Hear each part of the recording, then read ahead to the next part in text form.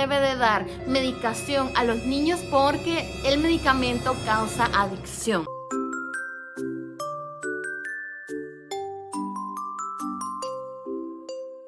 Hola chicos, feliz Navidad, feliz Año Nuevo, el primer video del año.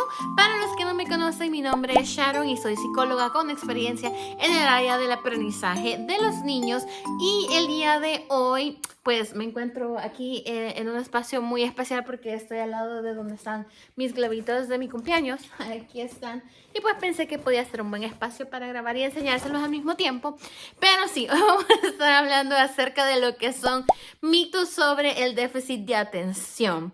Yo ya había hecho algunos videos cortitos acerca de algunos de los mitos, pero aquí vamos a estar hablando acerca de los más importantes o los que yo considero que todo mundo debería de conocer. Así es de que acompáñenme a ver este video donde vamos a hablar acerca de estos 5 mitos. Muy bien, y ahora entremos en materia. El primer mito es que los niños que se suelen concentrar por muchas horas en videojuegos no pueden tener déficit de atención. Y esto es algo que se suele creer o que lo suelo escuchar mucho, donde padres que dicen, ay, es que mi niño pasa 5 o 6 horas sentado viendo televisión, jugando videojuegos, no puede tener déficit de atención. Y déjame decirte de que eso no es correcto. ¿Qué es lo que sucede?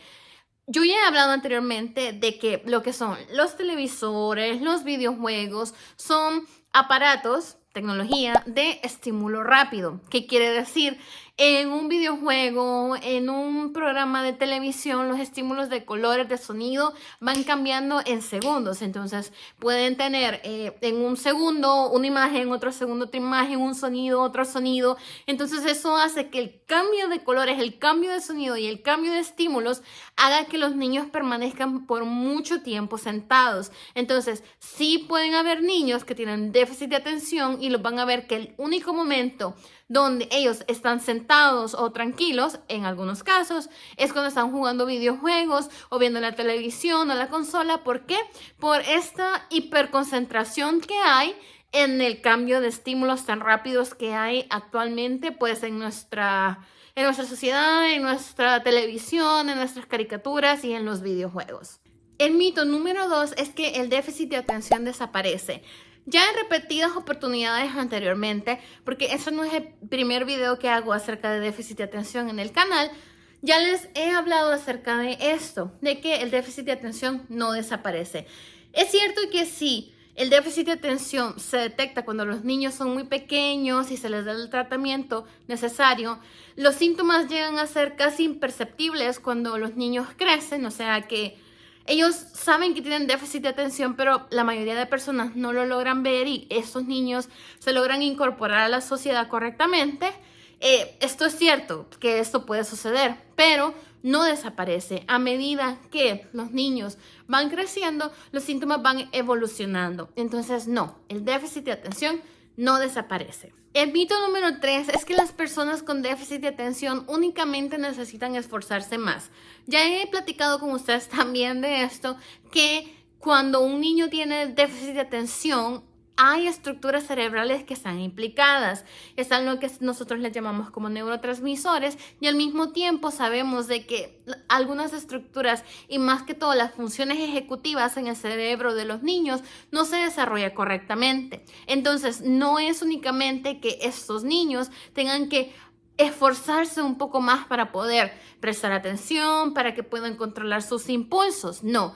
En serio, estos niños necesitan de ayuda para poder, por así mencionarlo, mejorar en estas áreas o para poder tener estas habilidades que son normales dentro de otros niños, por así mencionarlo, pero que de repente para ellos es muy difícil de manejarlas normalmente o de adquirirlas correctamente. Entonces sí es necesario que estos niños reciban terapia. En muchos de los casos, en los casos más graves, se necesita medicamento, se necesita una ayuda escolar y también se necesitan muchas acomodaciones dentro del hogar. Y ahora, chicos, vamos a hablar de los últimos dos mitos que en mi opinión son estos mitos que definitivamente la mayoría de gente ni siquiera tiene la menor idea y que es muy importante que tú los conozcas. Empecemos.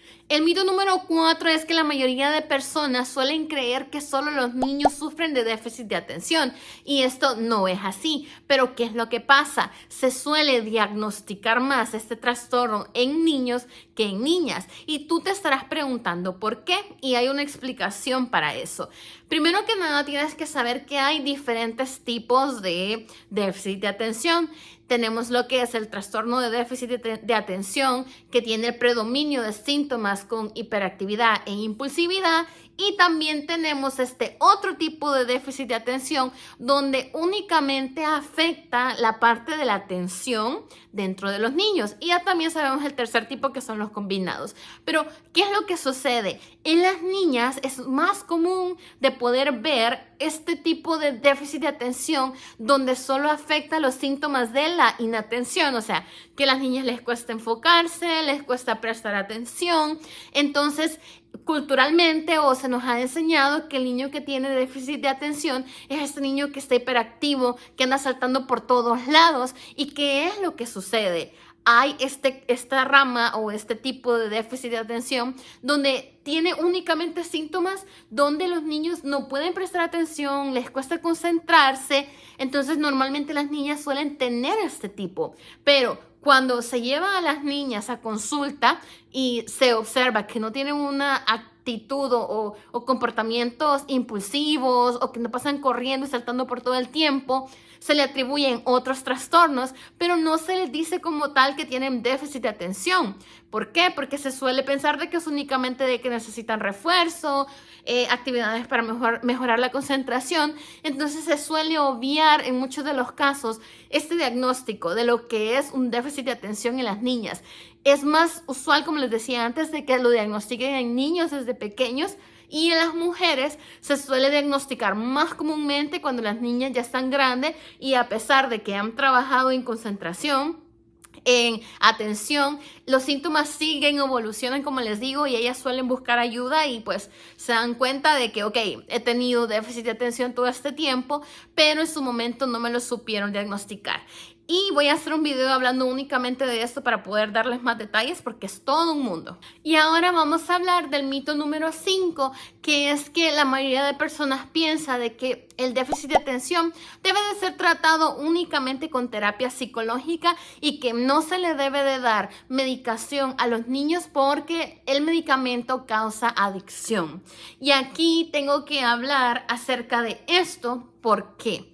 Chicos, yo anteriormente les he mencionado de que en los casos más severos, en los casos donde normalmente están estos niños que definitivamente no se pueden controlar o estos niños que tienen esta parte de que no se pueden concentrar en atención muy severa, hay que llevarlos donde un psiquiatra infantil para que los pueda evaluar. También los pueden llevar donde un neurólogo infantil para que les puedan ayudar con el medicamento. ¿Por qué?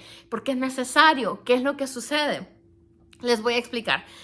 Cuando los niños, ¿verdad? Como ya hemos hablado anteriormente, están chiquitos y empezamos a ver estos problemas, esta parte del cerebro, que, como les digo, que esas estructuras de repente no se han desarrollado como se debieron de haber desarrollado, que son más que todo esas funciones ejecutivas, en muchos de los casos, para que el cerebro de estos niños pueda trabajar como nosotros esperamos que sea o como la mayoría de personas consideran normal o según los parámetros que nosotros tenemos, es necesario en muchos de estos casos darles medicación. Pero yo les quiero explicar lo siguiente. ¿Qué es lo que sucede? Muchos padres llevan a sus hijos donde psiquiatras, donde neurólogos para que les ayuden con el medicamento y muchas veces la primera impresión de cuando les dan el medicamento es de que, ok, el primer día que se toman el medicamento, los niños se ponen como muy somnolientos, como que si estuvieran drogados. Y tengo que decirles de que cuando se da un medicamento para el cerebro, ya tú seas un niño, ya seas un adulto, es normal que las primeras 2 semanas, mientras el niño o el adulto ingiere el medicamento, tengamos estos síntomas. Es todo un proceso la medicación en los niños. ¿Por qué? Porque a diferencia de una pastilla que va directamente al estómago, por ejemplo, cuando te duele el estómago, estos medicamentos afectan directamente al cerebro. ¿Y qué es lo que sucede? A nuestro cerebro le toma tiempo adaptarse al medicamento y a volver a trabajar normal. Entonces, el psiquiatra tiene que estar también viendo cómo va evolucionando, ¿verdad?, el tratamiento y acomodando la dosis. Entonces, por ejemplo, puede ser de que en primera instancia tu psiquiatra de tu niño le dé, por ejemplo, 50 miligramos de tal medicamento, de tal gotero o de tal medicamento, así como les decía anteriormente, pero de repente van a ver que es demasiado. Ok, entonces en la primera semana fue demasiado, ok, se lo voy a reducir a 25 ml, o ok, fue muy poquito, se lo voy a subir a 75. Entonces es por darle un ejemplo. Hay que darle ese periodo, ¿verdad?, de adaptación al cerebro para que pueda mejorar y que se puedan ver en realidad los cambios. Entonces es normal que esa primera semana, esa segunda semana de que se les da el medicamento, los niños quieran dormir mucho, se vea como que no tienen energía. Entonces todos esos síntomas de que no quieren comer, náuseas, todo eso es normal. Se necesita dejar un tiempo de adaptación para que el medicamento empiece a dar lo que son sus verdaderos efectos. Entonces por eso es que es importante también de que ustedes sepan eso y que lleven a sus niños con personas que están calificadas para darles la medicación, que en este caso es un psiquiatra, ¿verdad?, que tiene una especialidad en niños, o un neurólogo infantil, o en realidad alguna persona que ustedes puedan constatar que tiene experiencia trabajando con niños, para que también les pueda explicar cómo es todo este proceso. Entonces sí es muy importante que ustedes lo sepan, que para que el medicamento en realidad empiece a mostrar sus efectos, tenemos que esperar a que pase como que este periodo de adaptación de lo que es el medicamento en los niños. Y como les digo, es normal que duerman mucho, es normal que no coman, es normal que no quieran jugar, o sea, es normal. Esto sucede mientras el cerebro de ellos se va adaptando. Y como les digo, en muchos de los casos es necesario. Y también ya hay muchos padres que me han dicho como que no, yo no le quise seguir dando medicamento porque mi hijo se ponía como un zombie, porque mi hijo parecía drogado. Y yo lo entiendo. Yo lo entiendo que es difícil poder ver. Claro que tu niño pues de repente está somnoliento todo el tiempo, pero tienen que saber que no va a ser para siempre. O sea, no va a ser todo el tiempo. Es únicamente mientras el cerebro del niño se acomoda. Y no tienen que tener miedo si su psiquiatra, si su psicólogo, si su terapeuta está, ¿verdad?, aconsejándolos en todo este proceso y les vayan explicando los síntomas, que es normal, que no es normal, para que les puedan ayudar en realidad el medicamento a el niño. Y bien, chicos, ya con respecto al medicamento le voy a estar hablando más a profundo en un video donde solamente voy a hablar de eso, porque yo sé que es un tema muy extenso y hay mucha información que ustedes tienen que saber. Pero si tienen alguna pregunta acerca de lo que acabamos de hablar en este momento, recuerden que los leo en sus comentarios, me pueden dejar las preguntas que tengan. Igual, si no me siguen en mis otras redes sociales, se las voy a estar dejando por aquí, mi Instagram, mi TikTok, mi Facebook, me pueden ir a seguir por allá. Y también les voy a estar dejando los enlaces aquí abajo en la descripción para que me puedan seguir. Yo espero que pues este video les haya servido, y si consideran de que hay algún padre de familia que necesite escucharlo, por favor, ayúdenme a compartirlo para que más personas puedan aprender acerca de estos temas. Así es de que yo los estaré viendo en un próximo video. Espero que pues sí hayan comido muchos tamales y que la hayan pasado bien en Navidad. Y pues feliz año nuevo, como les decía antes, y espero que todos estén muy bien. ¡Chao!